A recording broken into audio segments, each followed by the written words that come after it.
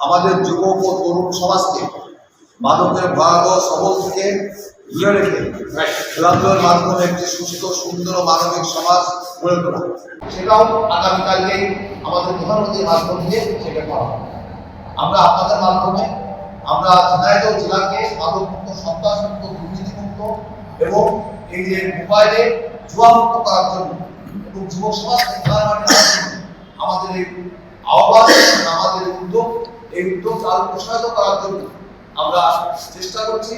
আমরা ইউনিয়ন পর্যায়ে, গ্রাম পর্যায়ে, ওয়ার্ড পর্যায়ে ফুটবল দিয়ে, খেলাধুলা সামগ্রী দিয়ে আমরা যুবক সমাজকে খেলার মাঠে নিয়ে আসবো। এইটা আমাদের আহ্বান এবং এইটা আমাদের প্রচেষ্টা।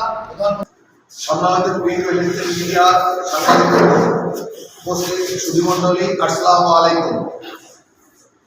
আমাদের আহ্বানে এই সাংবাদিক সম্মেলনে উপস্থিত হওয়ার জন্য আপনাদের সবাইকে আন্তরিক শুভেচ্ছা ও স্বাগত জানাচ্ছি।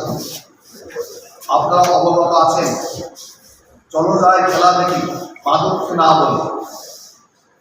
আমাদের সরকার মাদকের বিরুদ্ধে যে যুদ্ধ ঘোষণা করেছে, এই যুদ্ধকে আমরা খেলাধুলো, খেলার মাঠকে মাদকে আসক্ত, মাদক ব্যবসায়ী, মাদক কারবারিদেরকে আজকে আমরা আহ্বান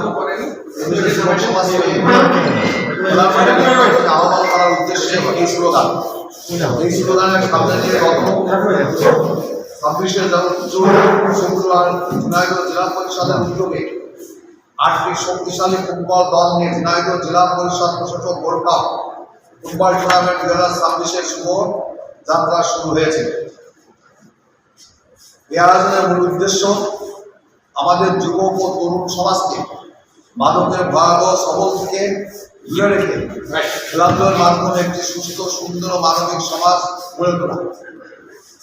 আমরা বিশ্বাস করি যে খেলাধুলো কেবল বিনোদনের মাধ্যম নয়, এটি শৃঙ্খল, সুন্দর, সহযোগপূর্ণ নেতৃত্ব, দেশপ্রেমের অন্যতম ভিত্তি।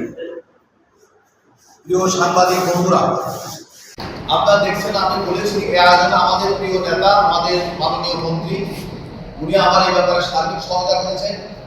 ডক্টর আসাদুজ্জামান এমপি সাহেব, মাননীয় আইন ও বিচার সংসদ বিষয়ক মন্ত্রণালয়ের দায়িত্বপ্রাপ্ত মন্ত্রী মহোদয়, তার সাথে পরামর্শ করে আমি খেলার ডেট নির্ধারণ করেছি।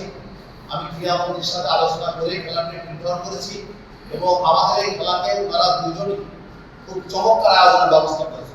একজন মন্ত্রী মহোদয় আসার কথা ছিল এখানে, ইসলামী সরকার মন্ত্রণালয়ের দায়িত্বপ্রাপ্ত প্রতিমন্ত্রী শাহী আলম সাহেবের আসার কথা ছিল। তার একটা বিশেষ কাজ থাকার কারণে উনি আসতে পারছেন না।